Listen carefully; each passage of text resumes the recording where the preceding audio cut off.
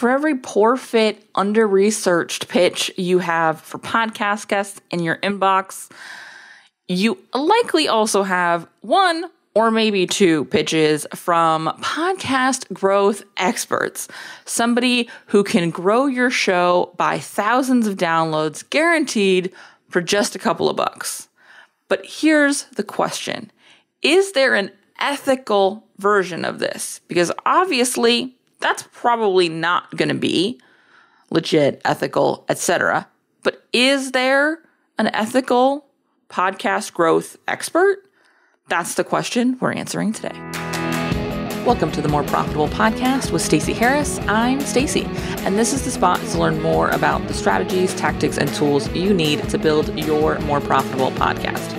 My team and I work every day with podcasters like you to shift shows from frustrating time sucks to productive members of your sales team, because your show should be built to generate and convert leads. So let's get into it. This was a fantastic question submitted to us for the AMA feature here on the show that we've been doing. Most of these questions, we've sort of just pulled together the like ones and pulled themes and shared them this month. This one was one that really got me inspired to do something a little different. We're actually going to be moving this feature, this AMA idea, this Ask Me Anything idea, to the podcast newsroom. Starting in August, on the first and third Monday of every month, you will hear in the podcast newsroom a new AMA. You have the ability to submit questions over at uncommonlymore.com/AMA, and I'll be sharing the answers to those questions along with any relevant podcast news on the first and third Monday. If you've not yet signed up to the podcast newsroom, that's okay. It is a solvable problem and an absolutely free thing to do. Just head over to uncommonlymore.com/newsroom and get your subscription.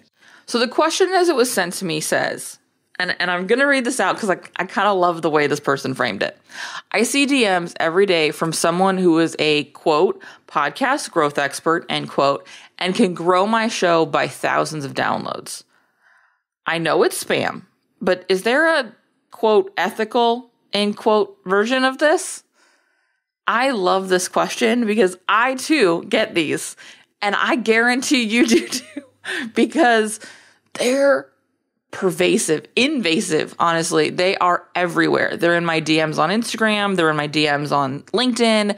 They're in my inbox. They're in our general inbox. They're everywhere. They're in YouTube. They're everywhere. Oftentimes, this can be really appealing. Who doesn't want to grow their show? But when you dig a little deeper, it's sort of the same business model as somebody who guarantees to grow your Instagram followers by hundreds or thousands of people in 14 to 30 days, right? They're buying or faking those subscriptions. All you're doing is introducing a lot of bots. And to the credit of the person who asked me this question, they know that. This is clearly spam. But I'm also willing to bet, much like this questioner, much like this listener, you have followed the this is clearly BS thought with, I wonder if somebody actually does this. I wonder if there is somebody who could magically flip a switch and grow my show. And the answer is no. No one can magically grow your show. There are lots of ways to grow your show. I've talked about options to grow your show on this podcast.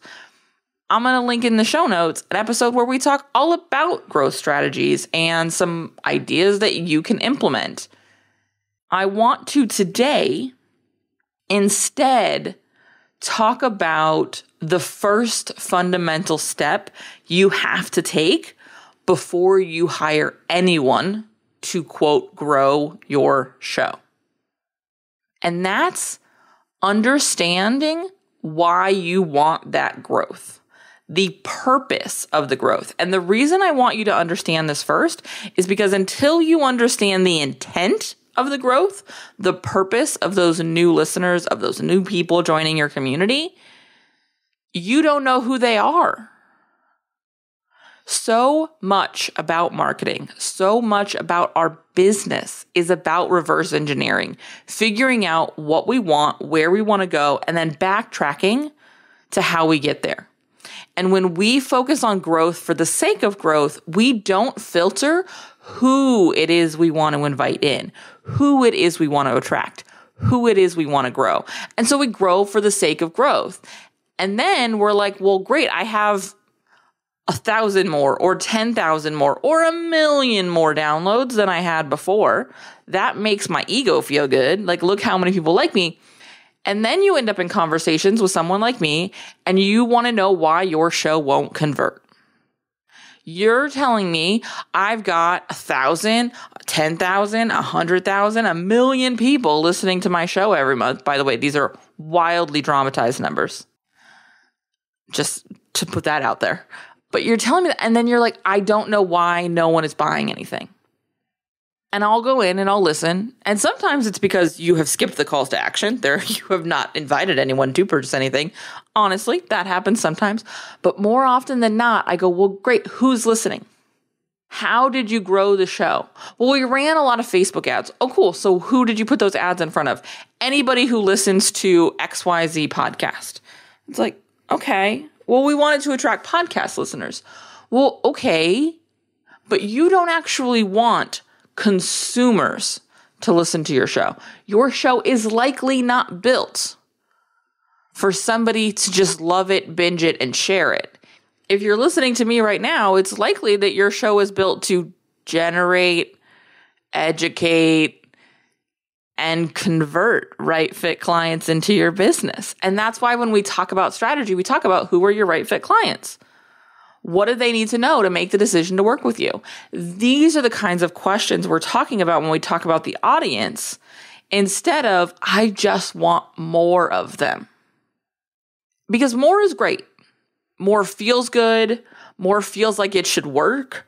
More feels like, well, if I have more people listening, I'll have more people buying. But that's not true. More is not better if the only reason it's there is because it's more. More is only better when that more is targeted, when that more is focused, when that more speaks to your larger business goals. Growth of your podcast is fun. Growth of your podcast is rewarding for your ego. Like, ooh, look, there are people listening to me. But growth for the sake of growth will not deliver results. Not now, not ever, not in any part of your business. In the same way, adding more team will not suddenly mean you have more work for them. Adding more listeners will not suddenly mean you have more conversions. If that were true, every business owner who's ever gone out and bought an email list would be making $1 gazillion because they just doubled or tripled or quadrupled or whatevered their email list. So by all logic, they should have doubled or tripled or quadrupled or whatever their sales. And we do not see that correlation because more is not better.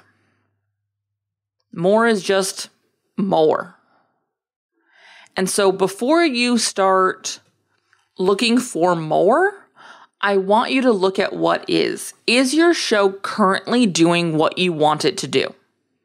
Are you getting people on sales calls who are talking about podcast episodes? Are you getting engagement in your DMs, in your inbox, wherever you get feedback? Maybe it's on LinkedIn, whatever. But are you getting feedback from people who show up and they're like, this really resonated? And then booking sales calls. By the way, this is what happens. We talked to Nicole Achi not too long ago, and she was talking about her newly launched show and how this is already happening because she went in with this intent. I talk about it a ton. My favorite thing is I get on sales calls and people just say stuff I've said in podcasts back to me. Or they'll ask me a question and I can tell they listened to the podcast because they're using my language. They're framing the question in the same way I talked about something in a podcast episode. If that's not happening, it's not time to grow your audience. It's time to improve your show. It's time to up your calls to action game.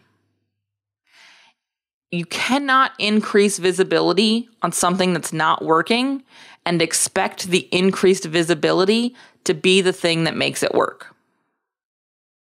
It needs to be working at each step of its growth. Now, if your show's brand new and you're not seeing these results yet, and you're like, oh, well, I really only have 3 people listening to the show, and 2 of them are married and or related to me in some other ways, I probably am going to need more listeners. Yes, then you need to be looking at growth.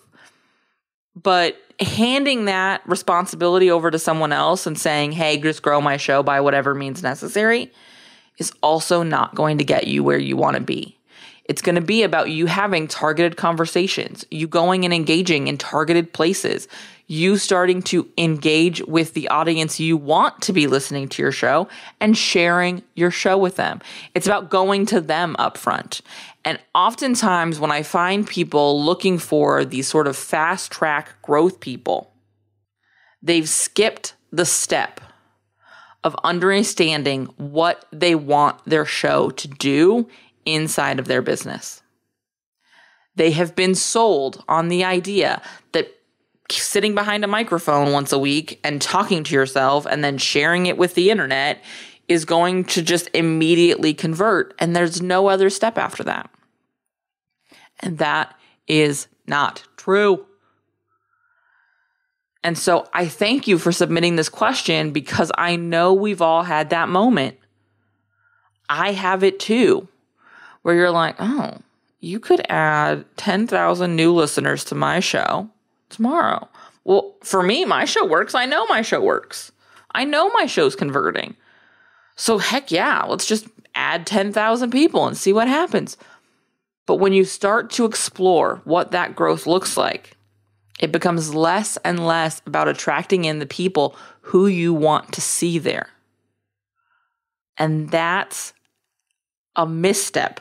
That is going to lead you to so much more frustration and so much more burnout, because you're going to wonder why it's not working. And if you're anything like me, or literally any of the people I talk to, you're going to assume it's your fault. And it won't be. I mean, not completely. It will be because you attracted in people who aren't receptive to the message, who aren't interested in doing what's next. And so it will feel like, well, no one wants this. No one is interested, because I've got all these people listening and they're not doing anything. So why would anyone else want to hear it? And it's because you're talking to the wrong room. And so I want to make sure we're filling a room with people who we want to be in that room. This will mean your growth will come more slowly. This will mean you've got to be in it, and you've got to be doing the work of getting in front of the people who you want in that room so that you can invite them to the room. It is not easy, but it is much harder to be creating content and feeling like it should be working and not understanding why it's not, because you're talking to the wrong room. It is way more fun to open up your stats and see that your downloads have doubled or tripled episode after episode, month after month. But I'd rather see a consistent growth plateau than a straight up incline. Because a straight up incline is not sustainable, and quite frankly, it is wildly misleading. Because you're not going to see the conversions. You're not going to see the thing you need to see on the other side. And although your podcast is something you're selling, is a part of your offers, is something that you are sharing with your audience, it's not the last stop on the trail. It's not where we ultimately want them to land. It is a tool we are using to move them through their sales process. But they need to end up somewhere else. Even if that somewhere else isn't working with you, but going and listening to someone else and hiring someone else, because they identified that you weren't the solution to their problem. That's good too. I don't want somebody sitting here who I can't help. That's not of service to them getting to their goal. And so it's imperative that I'm being super clear who I'm for and how I help. And that is impossible to do when you're trying to appeal to growth instead of conversion. I'm sure we've talked about this in other episodes. I'm sure we'll talk about it more. Not every episode is going to do every job. Some episodes are about growth. Some episodes are about conversion. And they have to work together to move people through that decision-making process. All right? So, yes, there are absolutely people who can help grow your show ethically. They're likely not positioning themselves as podcast growth experts. I'm going to tell you right now. They probably are positioning themselves as PR people, as ads people. Paid traffic can be a great way to do this because you have the ability to target. They might be positioning themselves as guest expert, like guest pitching. People who can pitch you onto other shows. Does that mean anyone with any of these titles is going to be doing it ethically? No. We're both grown-ups. You know that's not true. But what it does mean is that when you have an understanding of what your goal for growth is, what your purpose and intent for that growth is, you'll know which one of these is going to help you get there. And frankly, it'll probably be some combination over the lifespan of your show. There will be seasons for different things. And that's why it's helpful to work with somebody from a strategy standpoint to understand when and where these levers might be helpful. This is something we do with a lot. Okay, all of our production clients. This is something we talk a lot about during podcast strategy intensives. I help our clients understand when and what levers to pull. So if you're not sure what levers to pull and when, let's have a conversation. uncommonlymore.com/intensive is a great place to book a call with me. You and I can have a conversation around what is the best way we can help you now. And what might be the best next steps for your show. Head on over to uncommonlymore.com/intensive, book a chat with me, and let's talk. All right? If you want more questions like this answered, make sure you're submitting them, uncommonlymore.com/AMA, and be sure that you're tuning into the podcast newsroom because that's where questions like this are going to be answered moving forward starting August. All right? I'll see you over there. And I'll see you right back here next week. Thanks so much for listening to the show. Remember that content consumption does not make changes. So commit to doing something from today's episode. Maybe it's taking action on what we talked about. Maybe it's reaching out to me and learning more about podcast strategy intensives or what podcast production looks like with our team. All of that is over at uncommonlymore.com. And if you haven't yet signed up for the podcast newsroom, I want to remind you that is a great next step. If you're not really sure what comes next, hang out over there, get those exclusive private episodes. That's over at podcastnewsroom.com. And the last favor I will ask, because social proof is endlessly important for sure, is to leave a rating or review for the show. If you go to ratethispodcast.com/more, that's the easiest way to do it. But I would love to hear what you thought of the show, what you think of the show, and if the show has been helpful for you. I can't wait to chat with you. So this is just the start of the conversation. Reach out so we can keep it going. Talk soon.